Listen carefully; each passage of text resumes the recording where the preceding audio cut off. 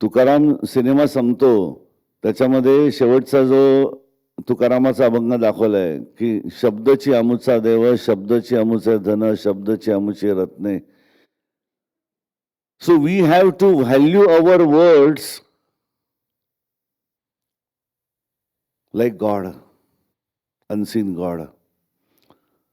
जोपर्यंत मी माझे शब्द तोलून मापून वापरत नाही, प्रत्येक शब्दामध्ये परमेश्वरी तत्व दडलेलं आहे हे भान ठेवून, ह्या अवेअरनेसनी जोपर्यंत मी बोलत नाही तोपर्यंत मी विष्णू नामांकित होत नाही. आणि विष्णू नामांकित ही पहिली क्वालिटी आहे.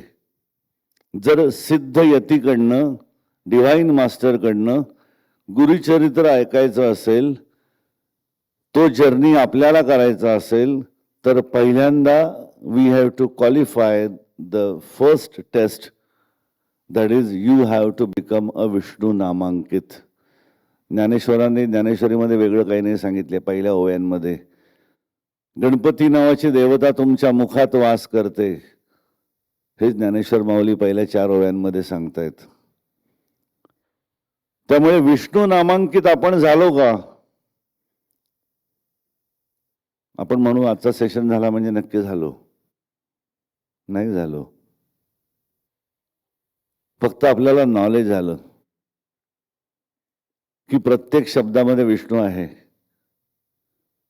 मग जर प्रत्येक शब्दामध्ये विष्णू आहे, तर मी माझ्या वाणीमध्ये दिलेली जी बीजाक्षर आहेत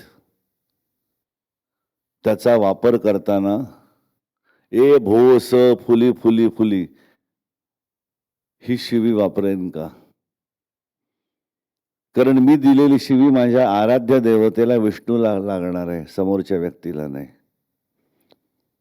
जर प्रत्येक शब्द म्हणजे जर विष्णू असेल, विष्णू नामांकित मी झालो का? मी विष्णू नामांकित झालो असेल तर माझ्या मुखामधनं बाहेर पडणारे शब्द समोरच्या माणसाच्या कानावरती पडल्यानंतर किमान पक्षी त्याला दुःखाची अनुभूती नाही येता कामा, आनंदाची येईल नंतर.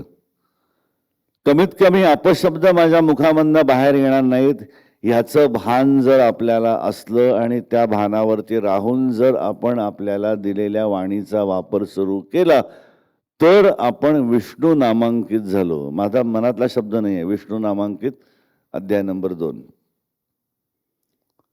त्यामुळे आपल्याला पहिल्यांदा आज काय व्हायचं आहे, गुरुचरित्र समजून घ्यायचं असेल तर आपल्याला सगळ्यांना विष्णू नामांकित व्हायचं आहे. आणि ते झालोय की नाही ह्याची टेस्ट सुरू होणार आहे इथून बाहेर पडल्यावर. गर्दीमध्ये कोणी आला, कोणी ढकललं, धक्का दिला,